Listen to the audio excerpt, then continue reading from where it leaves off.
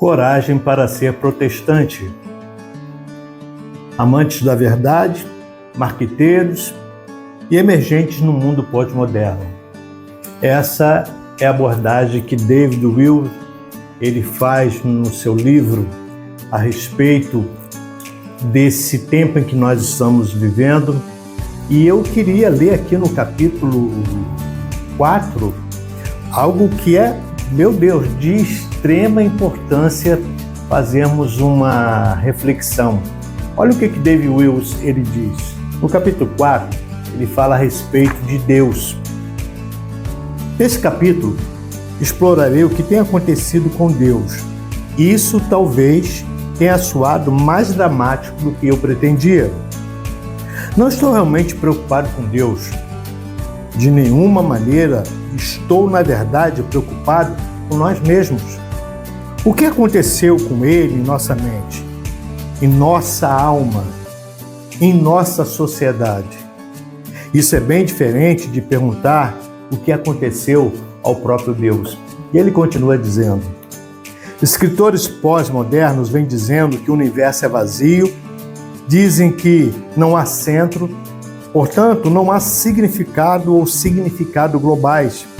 Esse é o mundo que habitamos e isso é parte do que nos é diariamente incutido na mente. O que acontece com o nosso entendimento de Deus quando experimentamos constantemente um mundo que nos parece sem centro e caótico? Os escritores bíblicos, em contraste, declaram que a única razão para ter vida e esperança é que existe um ponto central. Ele é o Deus trinitário, o Criador e mantenedor de todas as coisas, e o único em quem encontramos reconciliação por meio do seu Filho. Quando o conhecemos, a vida toma forma em um padrão significante e nós nos enchemos de esperança e respeito de seu fim. Há duas perspectivas que desejo explorar nesse capítulo. Entretanto, pensando sobre isso, será importante lembrar que não é a cultura que fornece a agenda da igreja. Tudo o que ela dá à igreja é o contexto.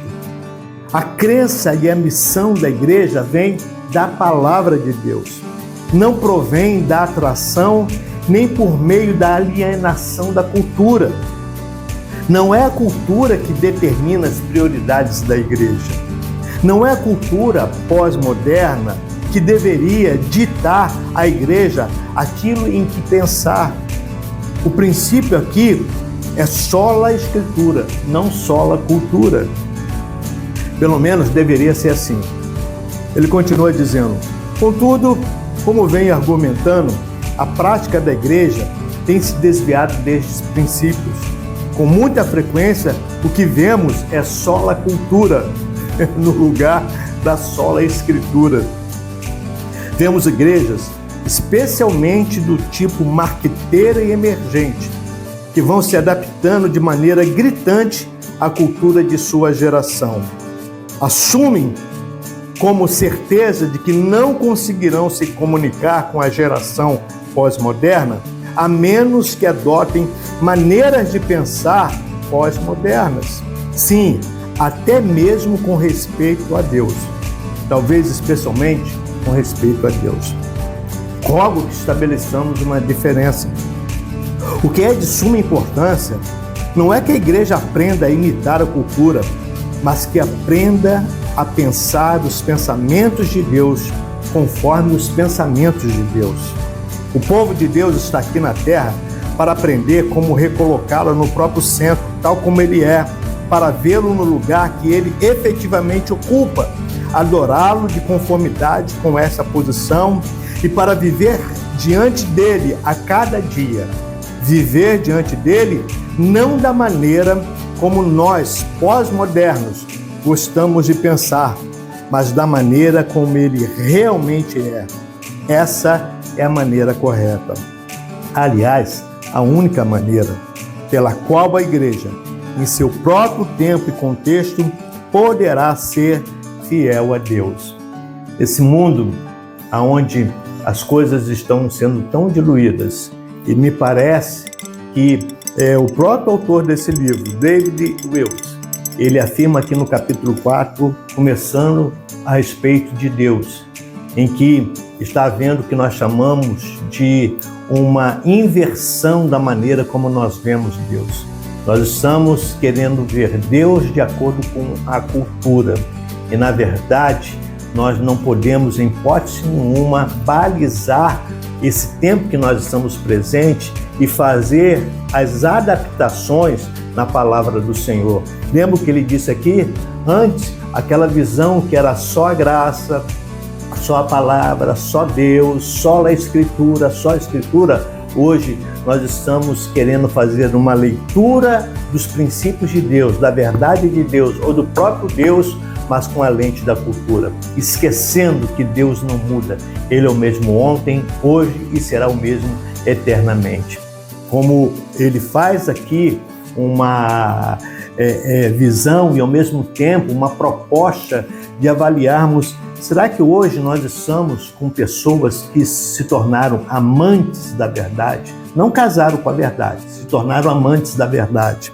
São os marqueteiros e emergentes no mundo pós-moderno. Ou seja, nós estamos vendo muita coisa sendo feita no meio da igreja do Senhor que não mais coloca Deus no centro, mas coloca o homem, coloca a denominação, coloca o templo, coloca tudo aquilo que nós queremos oferecer para as pessoas, que dê um gostinho de algo que possa sensibilizar e ao mesmo tempo amenizar a consciência que na verdade são pecadoras, mas a gente quer passar isso de uma outra maneira. Só para terminar, eu me lembro que antigamente nós fazíamos culto nas ruas. Hoje isso já nem mais existe. Os poucos que fazem estão sendo atacados. Você deve saber disso.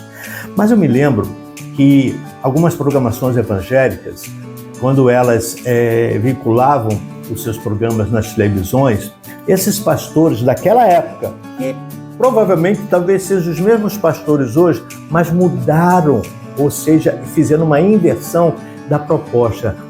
No final, quando eles oravam e faziam um apelo, eles diziam o seguinte: olha, procure uma igreja mais próxima da sua casa. Você tem visto isso? Você tem ouvido isso? Não tem, não. As pessoas não estão mais dizendo procure uma igreja mais próxima da sua casa. As pessoas estão dizendo o seguinte: procure a nossa igreja. Os folhetos que nós distribuímos nas ruas de evangelização, nós carimbávamos, nós mesmos aqui na nossa igreja, nós carimbávamos colocando uma mensagem: procure uma igreja mais próxima da sua casa. Hoje não. Hoje procure a nossa igreja. Procure o nosso endereço. E às vezes vai lá, né, com o endereço da conta corrente para as pessoas irem ali e depositarem os seus valores. Como nós mudamos? Deus deixou de ser o centro. O Evangelho deixou de ser o centro. Hoje o centro é o eu, é o ego, é esse princípio de soberba. É lamentável isso. Mas eu acredito que o Senhor ainda terá na mão dele, quando ele estiver reinando aqui nessa terra, o Senhor terá uma igreja sem mancha, sem mácula e sem ruga. Que Deus abençoe você e que a gente possa estar pensando nisso.